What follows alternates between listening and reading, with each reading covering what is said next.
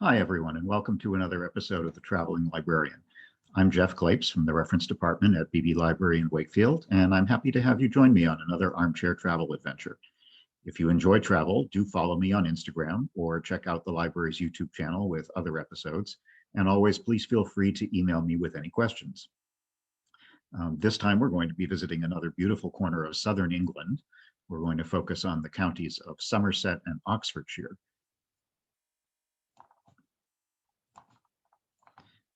This is part of a trip that we did in the fall of 2019 to visit a number of sets of friends in Southeast England. And you may have seen separate programs that I've done on the counties of Devon and also Cornwall. But this program today is going to be kind of a hodgepodge of sites in the Oxfordshire and Somerset area, which are up here in the north of this southwestern corner of England. Just to give you an idea of the size of the area, here's an outline of Massachusetts superimposed over southern England. And you can see that the entire county of Cornwall just fits in one small corner. It's not actually that large an area, and in only a couple of hours by train or car, you can easily get from London most of the way out to the southwest peninsula. We're going to start in Somerset and Oxfordshire today. Somerset is one of the larger counties in England. There's about 1 million people, twice as many as in neighboring Cornwall. The north coast is on the Severn estuary and the Bristol Channel, looking towards southern Wales. The county seat for Somerset is the city of Taunton. It's known for its kind of West Country British accent, which in Britain tends to be regarded kind of with a bit of a stigma as sort of rustic and uneducated. Oxfordshire, on the other hand, is even smaller in both size and population, and is a much more upscale area, largely because it's centered around the gorgeous university city of Oxford, which we'll take a look at. But we're going to start in a tiny village about half an hour or so south of Oxford, which is where our friends Helen and Will live, in this tiny little village with only a few hundred people in it, Childrey. This is their lovely house. It's brand new, but looks old. It was specifically designed in a little complex of cottages, English-style cottages, to fit in with the local architecture. There's just a little cul-de-sac that has several homes on it.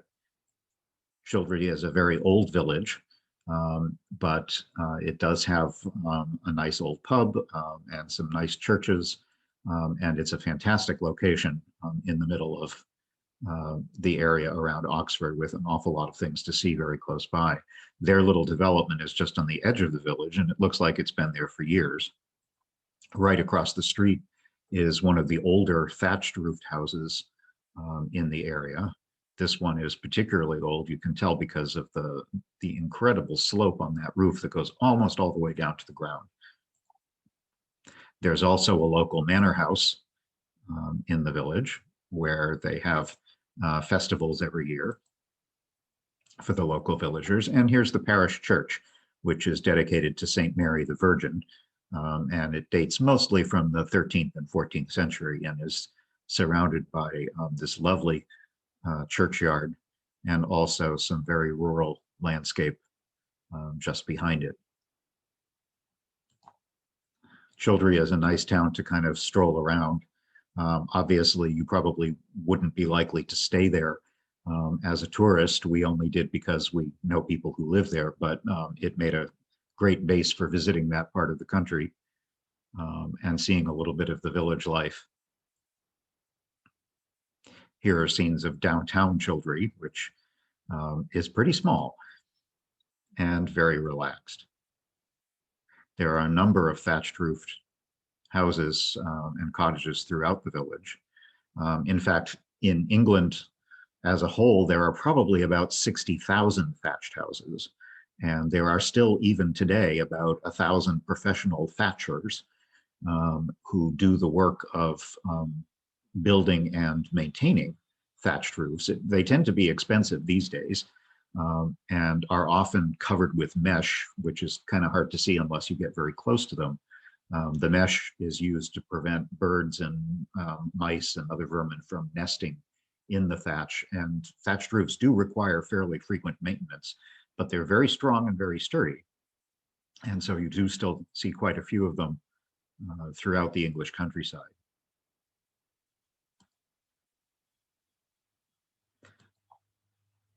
But other than the attractive village feel, there's not very much going on in Chiltern. It's a lovely place to stay and visit. But other than the pub, there's really not much there except the pleasant village atmosphere. This is the corner of Helen and Will Street. You can tell, again, these buildings look like they could have been there for a century or more, but it's actually a very recent development. One of the sites that's very close by is the Uffington Chalk Horse, which is one of many such Neolithic sites throughout the United Kingdom. This is a prehistoric site. This view is from the air, which is one of the only ways that you can really get a sense of the artwork as a whole. It's carved into the side of what is appropriately called White Horse Hill, and it's about 360 feet long. They estimate that it was probably constructed about 3,000 years ago, and it's the oldest of the similar prehistoric chalk figures carved in hillsides around Britain.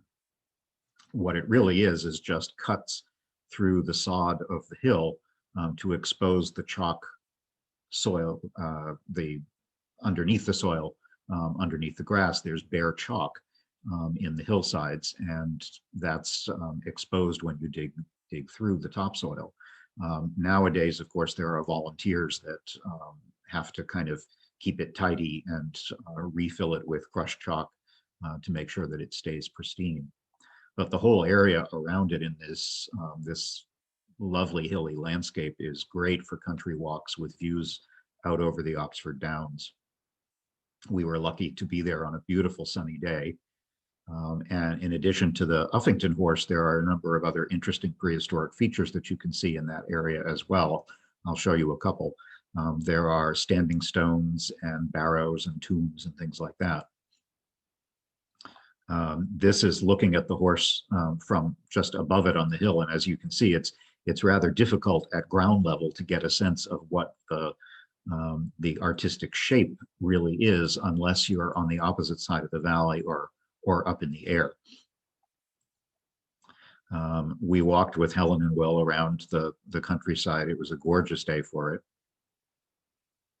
Britain is full of hiking trails that are particularly nice because you don't have to commit to doing anything very long. You can walk for only as long as you feel like it. If you are up to it, you can pretty much go all the way around the entire country, around the coast, or you could just walk for half an hour or so. It's up to you. But this central part of Britain is just gorgeous with rolling hillsides, very attractive rural landscapes that are very typical of what you imagine English countryside to be. This is looking north from the Uffington Horse. If you look northeast a little bit, the city of Oxford is about 15 miles away, maybe half an hour by car.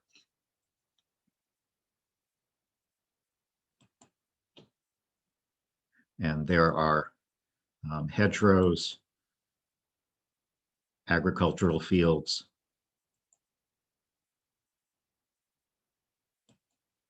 It's just an absolutely beautiful landscape. We hiked all the way to another prehistoric site that's in the area. It's not quite as dramatic, but it's an interesting tomb that was from about the same time period, roughly 3,000 years ago or so, as the chalk horse is. This is a barrow. It was once covered by a large mound of earth, which would have hidden the stones that you can see in this picture. There's a little kid in the photograph climbing around to give you a sense of the scale. And underneath this large mound, there were tunnels and interior spaces built as a tomb. And once the capstones were laid on and earth was built over it, you would have been able to see nothing but a large dirt mound. That mound has gradually eroded away over the millennia, and all that's left now are the stones themselves. But it's kind of fun to walk around this countryside and see these, come across these unusual historical monuments that are literally thousands of years old. Again, not too far away is the city of Oxford, which is probably the highlight of this area.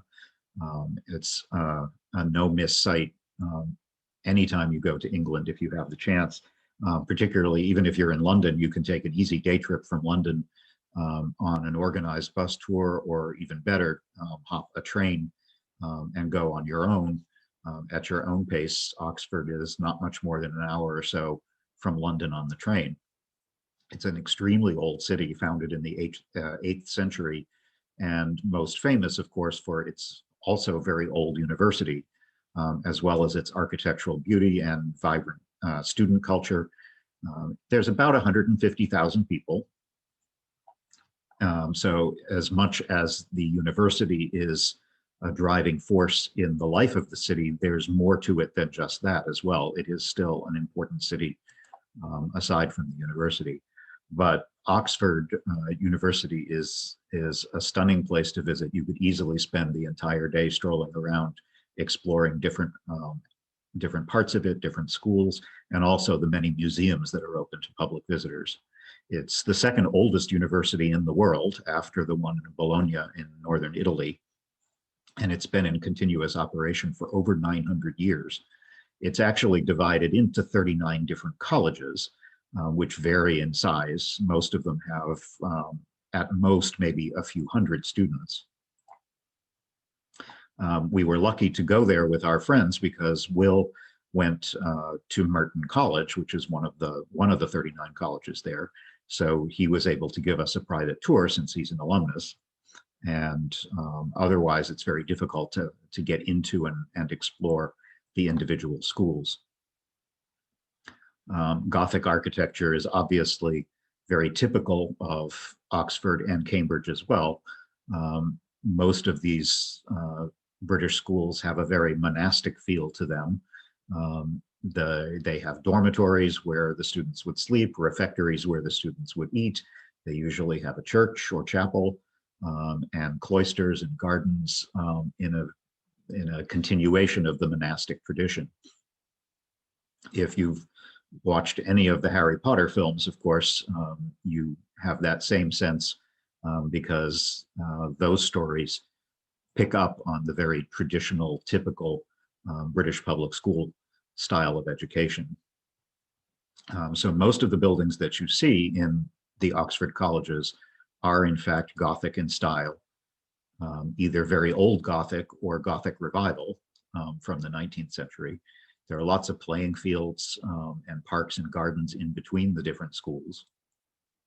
Here's Will standing in front of one of the residences that he lived in when he was there as a student. He's now retired. And here's a diagram kind of giving you an overview of the size of Merton College. It covers several city blocks. Merton College itself was founded in 1264, and it has about 500 students or so. That includes both the graduate and undergraduate levels. There's a gorgeous cloister. And here's one of the students. We visited the chapel, and there was a student rehearsing the organ while we were there.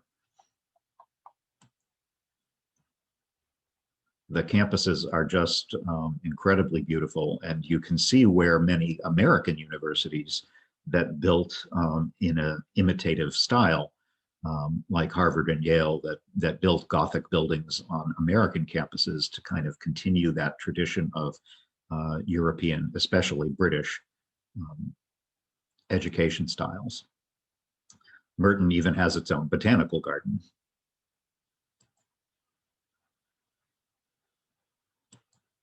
And here's the exterior of the chapel with, over on the right, this archway here is the entrance tower leading out to the public street.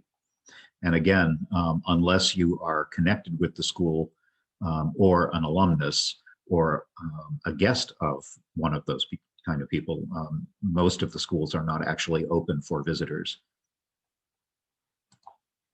So we were quite lucky to be able to get a private tour. Aside from the colleges, as I mentioned, Oxford streets are almost like a museum of history of British architecture from all different periods. Most of them are built in a very warm, creamy gold stone. We were there, unfortunately, on a kind of gray, typically British cloudy day, but even so, it's a very warm city. And when the sun is out, the stone just glows, particularly in the early morning or late afternoon when the sun is low and hits the stone. Here's a little alley called Logic Lane, which used to be the location of a school, appropriately, of logicians in the Middle Ages.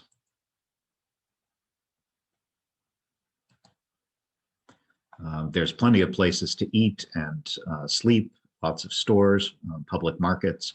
Here's a local coffee shop that is supposedly, according to itself at least, the place where coffee was first served in England in 1654.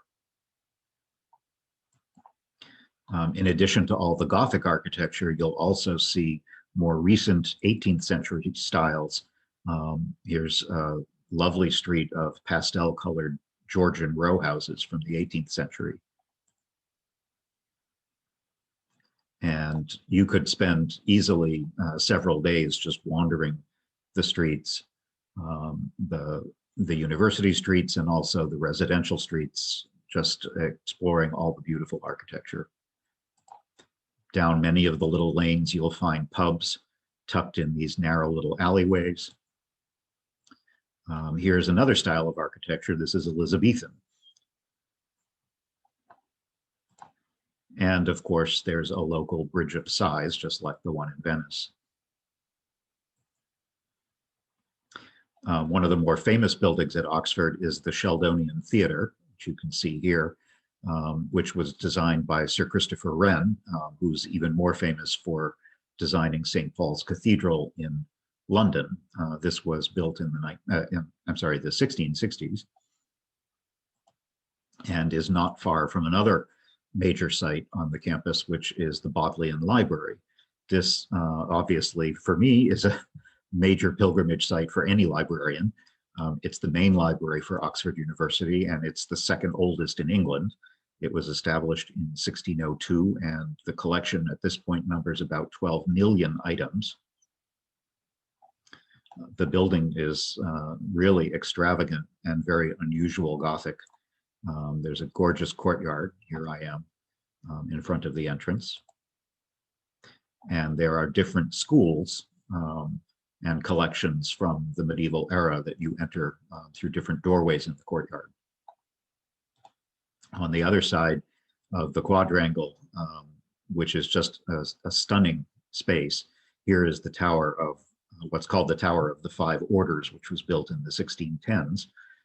It's called that because you can see there's 5 levels, and they start at the bottom and work their way up to the top of the tower, demonstrating the 5 traditional architectural orders, those being Tuscan, Doric, Ionic, Corinthian, and Composite. And you can see the examples of those working their way up the tower on each level. Just outside that quadrangle is the Radcliffe Camera. Camera not being something that you take pictures with, but being a Latin word referring to a room. And it's one of the most recognizable monuments in all of Oxford. This was originally built in the 1740s as a neoclassical style science library. And now it is instead used as reading rooms for the Bodleian Library. This particular square with the camera in the middle is probably one of the most recognizable and most visited focal points of the entire city of Oxford. But as I said, it's really worth it to wander around a little bit and see what else you can find in the city from different time periods. Here's something a little bit different. The man that you see standing on the roof of this building is a slightly larger than life-size modern sculpture of a naked man on the roof by an artist named Anthony Gormley. It's kind of a quirky modern sculpture that was installed in 2009. And it's just a little jarring to be walking down the street if you don't know to expect it and look up and see somebody standing on the edge of the roof. Oxford, being a large city, also has a very bustling, busy commercial district too, with lots of pubs and stores, hotels, cafes. There's a number of museums that, if you have time, are well worth visiting. This is the famous Ashmolean Museum, one of the oldest public museums in the world. It began in 1677, although the building that you see here is more from the mid-19th century. Their collections focus on archaeology and 19th century art. Here's a good example of a local pub, the Eagle and Child, which, in addition to being just a good place to stop in for food and drink, is particularly famous for being a frequent hangout of the well-known writers J.R.R. Tolkien of The Lord of the Rings and C.S. Lewis, who wrote the Narnia series. They were good friends and often hung out at this pub when they were students and later faculty. In addition to a lot of the narrow little lanes, you'll find some modern buildings as well. This big glass structure on the right is the Blavatnik School of Government, which was built not too long ago, but it butts right up against the old Oxford University Press building, which you can see kind of tucked away in the distance. And it's unusual to see such a variety of different eras of architecture cheek by jowl in such an old city, old and new right next to each other. This is a close-up of Oxford University Press. It's the largest university press in the world, publisher, and well over 400 years old, and an extremely well-known and well-respected publisher of academic works. Just some other scenes from around the city. Here's some study rooms for students at the top of a modern building. The Nosebag, I liked the name of this restaurant. Lots of interesting pubs and shops. There's little parks and parklets, cemeteries. Here's a couple with an unfortunate surname. And a lot of very nice downtown commercial buildings, many of which were built in the 19th century during the Victorian era, like this one, but intermixed with much older buildings like this Elizabethan building. Also in the downtown area is this tower called the Carfax Tower. It's all that remains from a 12th century church, and it's about 75 feet high, and supposedly no building in downtown Oxford can be taller than it. And there's a mechanical clock which looks medieval but actually dates from the late 19th century, but it's a fun stopping point in the middle of the city. You can climb the tower for very nice views around the city as well. Speaking of Harry Potter, it's probably not surprising that in both Oxford and Cambridge also, where scenes from the films were made, Harry Potter is very popular, so you can buy all kinds of things in gift shops and tourist shops around the city. And you'll even see people dressed up in Harry Potter costumes. There's a really nice public market for Oxford too, which sells fruits and vegetables and meats and the standard kinds of things you expect in a public market, as well as crafts and art and tourist trinkets and so forth. While we were there were a surprising number of Asian tourists, many who dress up in Harry Potter costumes and come all the way to Oxford to get married. It's an odd place to have generated such interest among people from Asia, but it's a trend that seems to be developing in recent years there.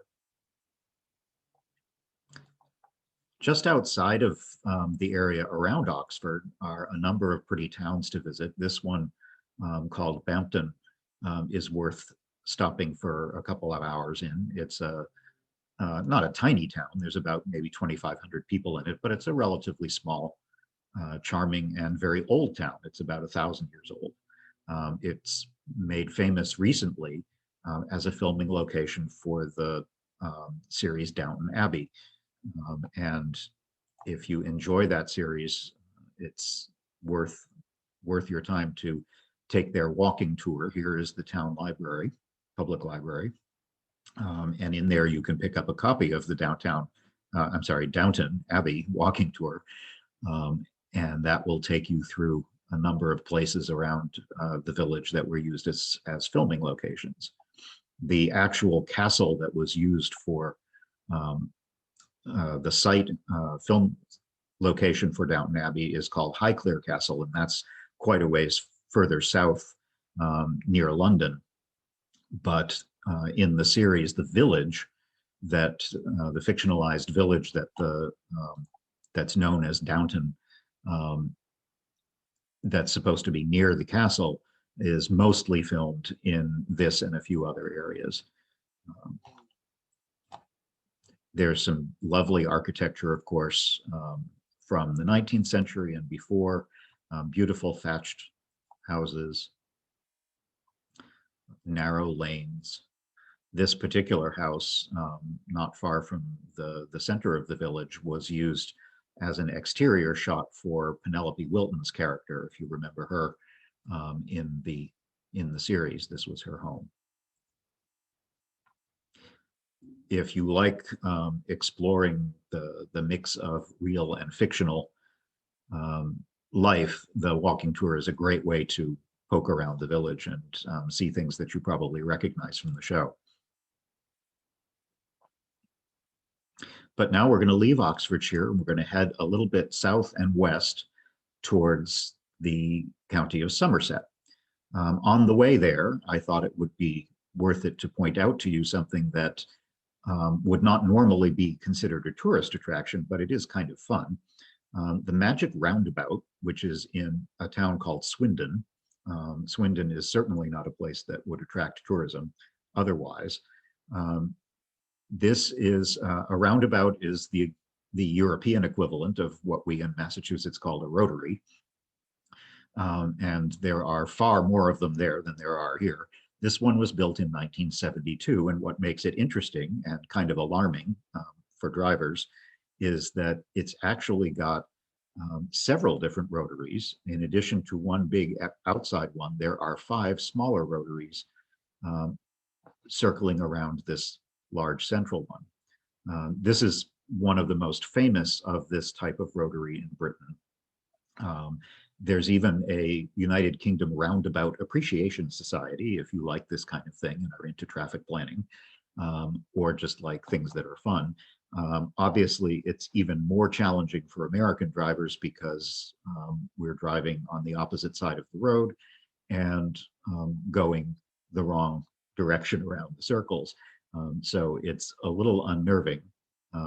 But just to give you an example, if you were to enter this rotary that has all these large boulevards coming into one big intersection, you might, for example, go around this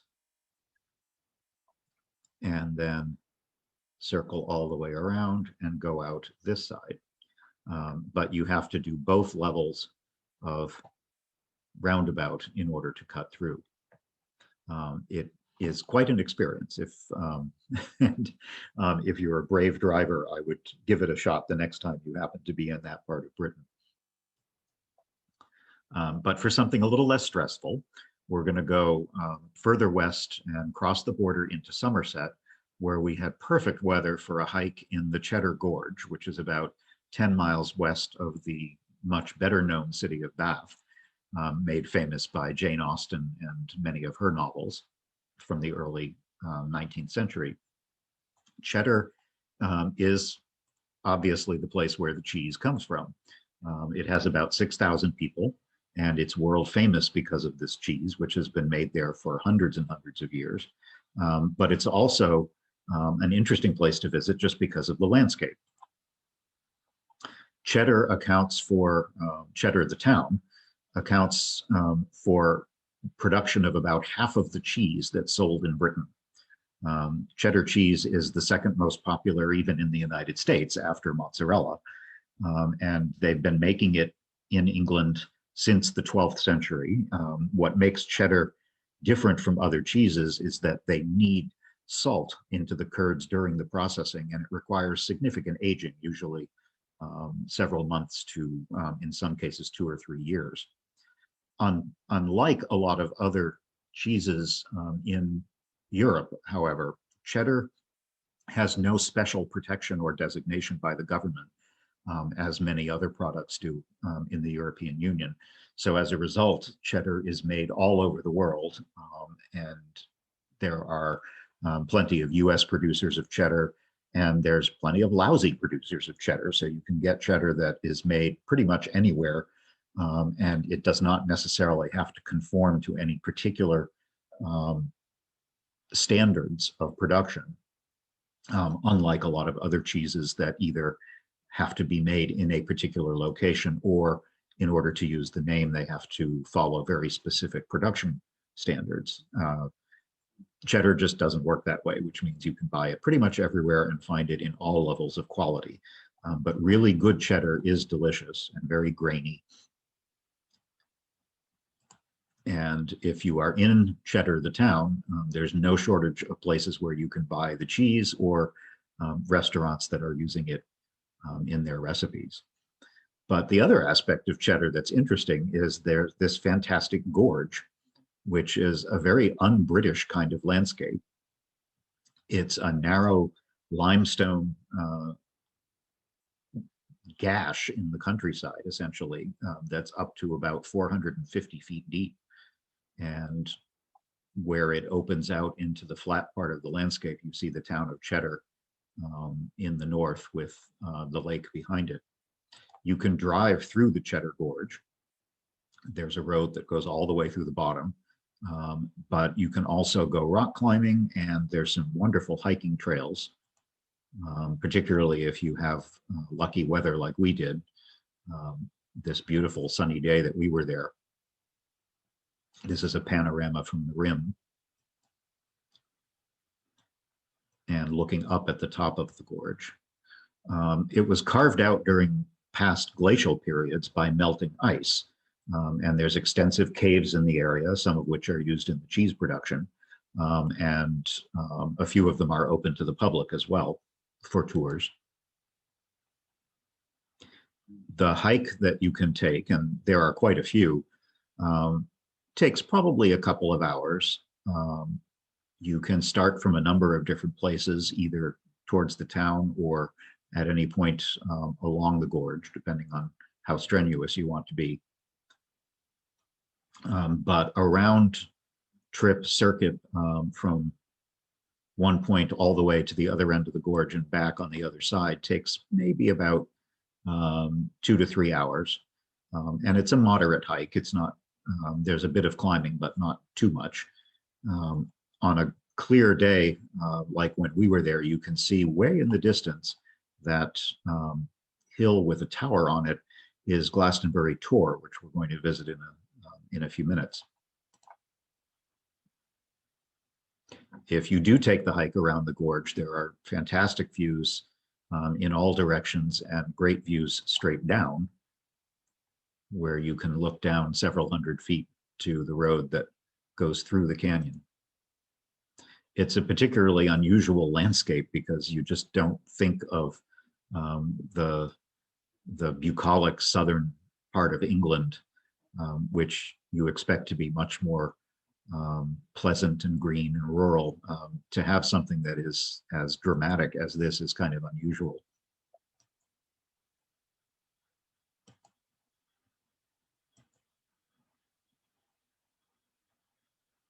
And once you're done, of course, make sure that you stop somewhere and have a grilled cheese sandwich with melted cheddar, because that'll be a good pick-me-up after some exercise. If you head southeast, further into Somerset, about 7 miles or so, that'll get you to Wells, which is an absolutely gorgeous cathedral town of about maybe 12,000 people or so. It happens to be the hometown of the well-known classic British mystery writer Elizabeth Gouge, who you may have heard of from decades past. She lived in this charming old house in the center of Wells. Wells gets its name from 3 actual wells that existed, water wells that existed back in Roman times. But the highlight is the cathedral and the cathedral close. This is the Vicar's Close just north of the cathedral from the 14th century and is considered to be the oldest residential street in all of Europe. You can tell the architecture is all identical on both sides. It's exactly similar houses with very tidy front gardens and no cars. This is a completely enclosed pedestrianized space. And at the opposite end, at the top of the hill, is the Vicar's Library.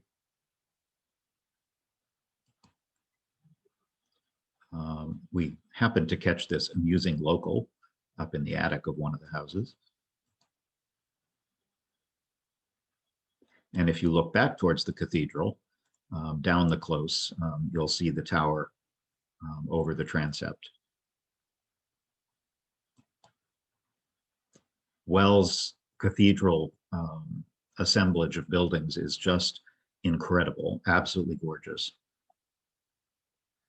And it tends to be overshadowed a bit by Bath, which is so close. Everyone goes there, and people tend not to visit Wells quite as often, and that's a shame because it's just a stunning town.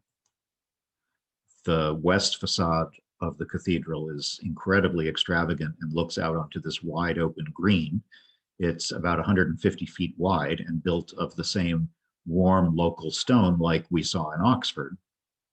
And it was constructed in the late 14th and early 15th centuries.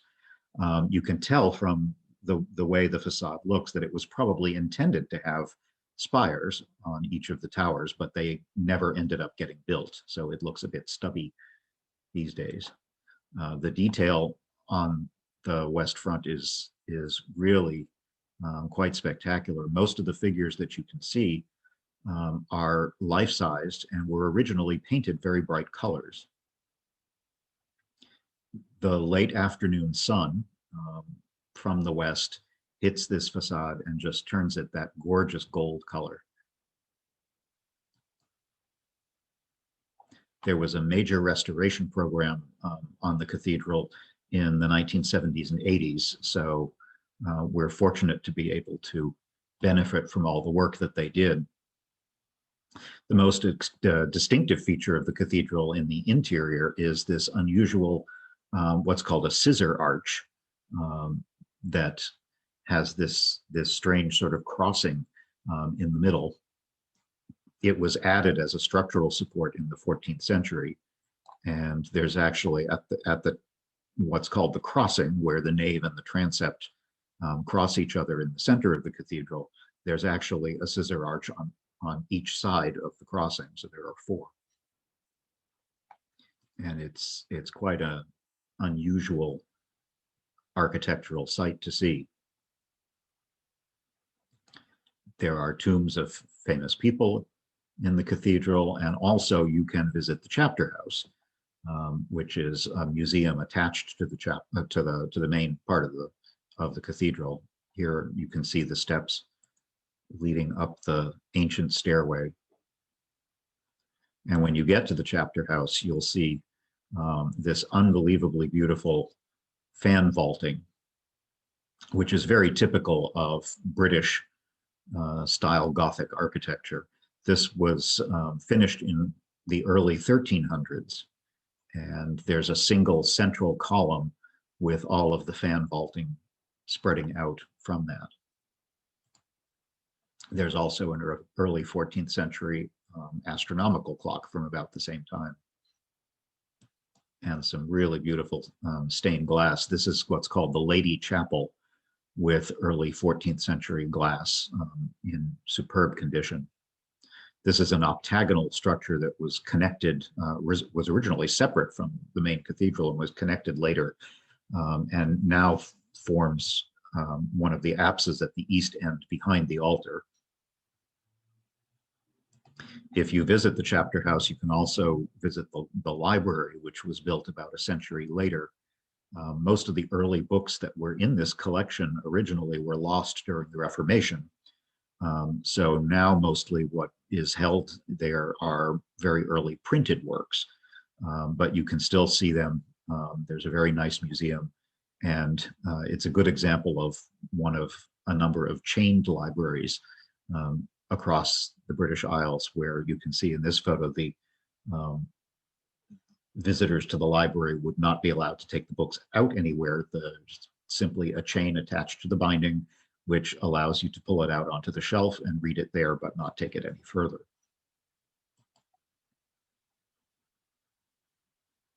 The library looks out onto the cloisters from the late 13th century, built about the same time as the library. Wells was not actually a working monastery, so there was never any strictly necessary need to have a cloister, but they were built, cloisters were built anyway just because of the style, and they are quite beautiful under the towers, and with beautiful Gothic arched windows all the way around. Adjacent to the cathedral is the bishop's palace.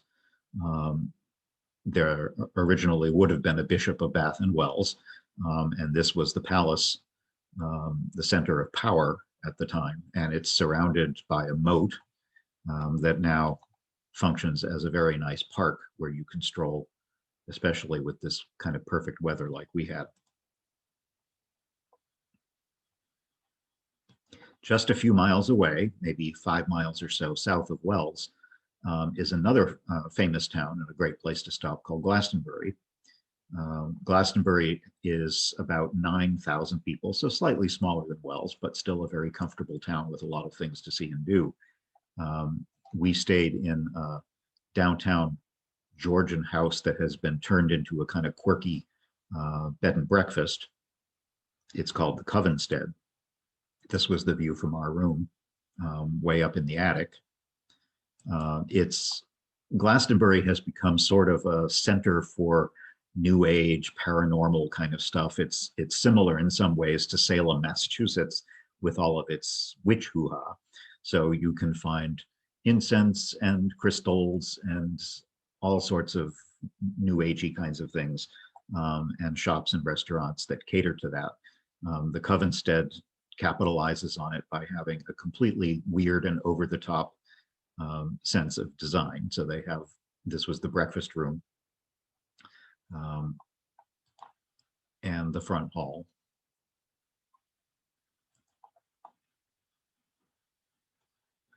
And they have a number of very quirky bedrooms. This was where we stayed, way up hidden in the attic. Here I am completely surrounded by an excess of throw pillows. It had a lot of personality. It might not be for everybody, but we had a lot of fun, and the breakfast was delicious. It's a typical market town in the British Isles, and here's the center. As early as the 12th century, it was connected with the legend of King Arthur. There were some medieval monks, particularly somebody named Geoffrey of Monmouth, who claimed that Glastonbury was Avalon and perpetuated the idea that King Arthur and the legends were true and connected with very specific parts of England. This was a way of encouraging pilgrims and visitors and tourism.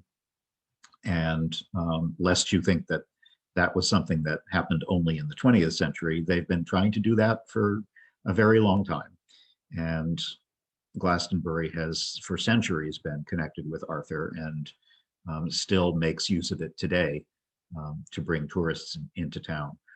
But even aside from that, it's just a very pleasant place to stay.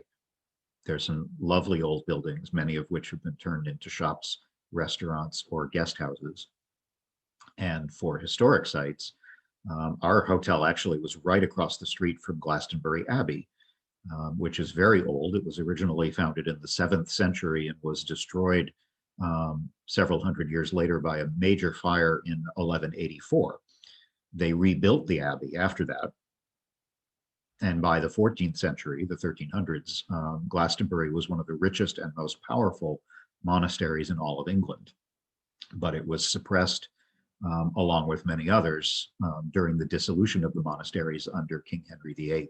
So now all that's left is ruins and a museum site, but it's beautiful, particularly, again, late in the afternoon when the stones glow in this beautiful golden orange color. Glastonbury has a lot of little pubs and restaurants and shops. So in addition to the good food, you can, as I said, you can buy crystals and incense and New Age books and all kinds of things. Here's a humorous street name.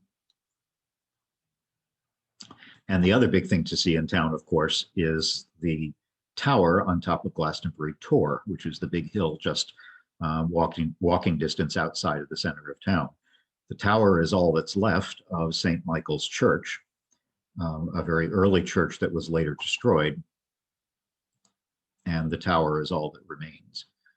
It's about 500 feet high, the mound, and there are unbelievable views in every direction. The original church was wood, and that burned down and was rebuilt, but eventually the rebuilt church was damaged in an earthquake and was finally completely pulled down by Henry VIII during the dissolution of the monasteries, and all that remains is this tower. And if you climb up to the top, particularly late in the afternoon, which is the nicest time to be up there, you get a mind-blowing view across the countryside. There are sheep and cows strolling around on the hills. And when you get to the top, you will find plenty of other New Age pilgrims hanging out there, particularly at sundown. It's the highest point anywhere in this otherwise pretty flat landscape. So you can see miles and miles in every direction, including north, just a few miles away. Looking back up towards Wells, you can see the cathedral in Wells quite clearly.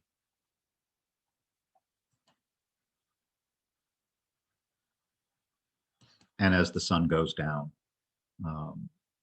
everything just turns kind of mellow and warm.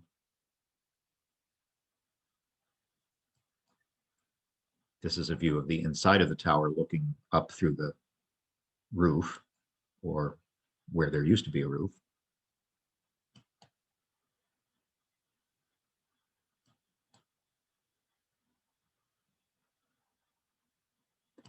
Circling back towards London, we've made a bit of a circle north through Oxfordshire and west out to Somerset, and now we're going to curl back towards London.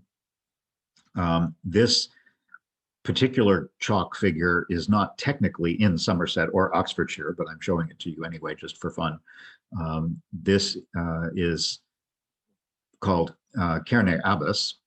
It's a chalk giant, and it's technically in Dorset, just over the border. It's about 180 feet high, and it is not old. Like the horse that we saw at the beginning of this program in Uffington, this is probably only 200 or 300 years old at most. Considering how recent it is, it's surprisingly hard to pin down the history about exactly who and when, who built this and when and why. The most likely theory is that it was created in the 18th century, probably as a political satire. And of course, it attracts a lot of attention because of its very obvious and large male attributes, which make it kind of a humorous thing to see as you're driving through the countryside. We also had to go through this little village off the beaten path just because of the name.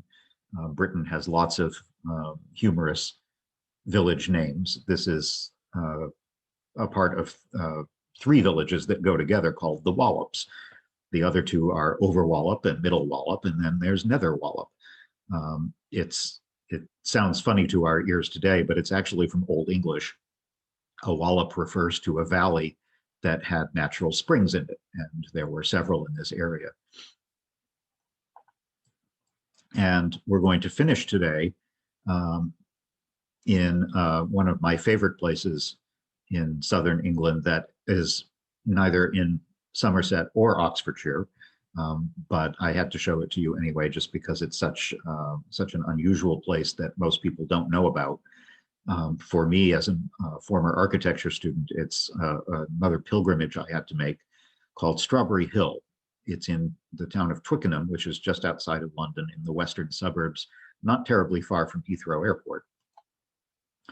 And it's very important as an early example of the Gothic revival, which was a style that reached its height in the early 19th century in Europe, and then came over to the United States, where it was widely spread as well. This house was built by Horace Walpole, who at the time was a very well-known writer and art historian.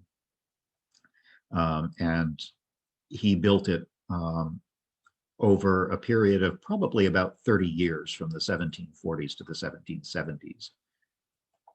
It's an odd assemblage that is now used as a museum and exhibition space. And they are slowly regaining items from Walpole's original art collection, which were dispersed over the years.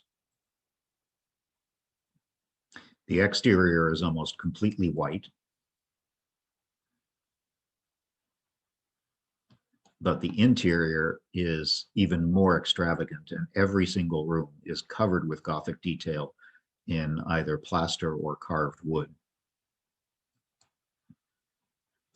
This house was, it was built as a residence, but it was also almost an interior design showplace to showcase this new style, what at the time was a very new style, bringing Gothic, early Gothic architecture from hundreds of years earlier back into a modern style, which was imitated in domestic architecture and also in public buildings, and became a very popular style in the 19th century in Europe and even in the United States. Here in New England, you can see plenty of homes that owe their design to Horace Walpole back in England in the late 18th century. Several of the rooms have been refurnished in the style when he was living there. This is the central stair hall with an unbelievable carved staircase. It's a kind of strange hodgepodge of a house, but none of the rooms are terribly large. It's actually a fairly intimate building once you get inside. And each room, despite being Gothic, has an incredible personality. And the plasterwork is really quite incredible. The highlight of the house is the fan vaulting in this long gallery, which echoes many other early Gothic churches, such as Westminster Abbey in London or Winchester Cathedral and others, very typical English style. And Walpole turned it into an extravagant residential look for a country home. Of course, when he built Strawberry Hill, it was much more of a country home than it is now. It's been sort of absorbed into the suburbs of London, but it still is surrounded by a very nice park.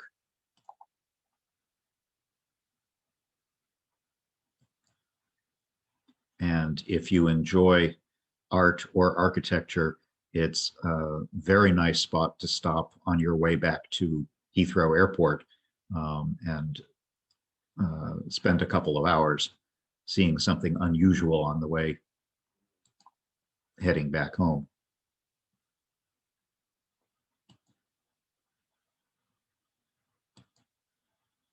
The detail in the house is quite something. They've done a lot of restoration. and are still uncovering the different layers of history because like many houses from its time period, it has gone through different changes and ownership over the years. So they are gradually working their way through the layers to try and find as much of the original detail as they can. This is the library with its incredible built-in Gothic bookcases and quite a sumptuous ceiling. Fireplaces and carved woodwork. Every square inch of the house is just completely covered with this florid Gothic detail that at this point had never been used in any kind of private building to this degree. Medieval buildings that used heavy Gothic designs were for the most part large public buildings or cathedrals. This was the first time anybody thought to revive it as a style that would be for a country home, for a wealthy person's residence. So I urge you, if you are ever in the London area, it makes a great side trip that's a little off the beaten path. And we're going to end here. That's it for today. Thank you for joining me. I hope you enjoyed this episode of the Traveling Librarian. As I mentioned before, do feel free to contact me by email if you have any questions. Follow me on Instagram and check out other episodes on Beebe Library's YouTube channel. If you are interested in England in particular, I do have programs related to this one that focus on the nearby regions of Devon and Cornwall. So do check those out as well. See you next time and keep traveling.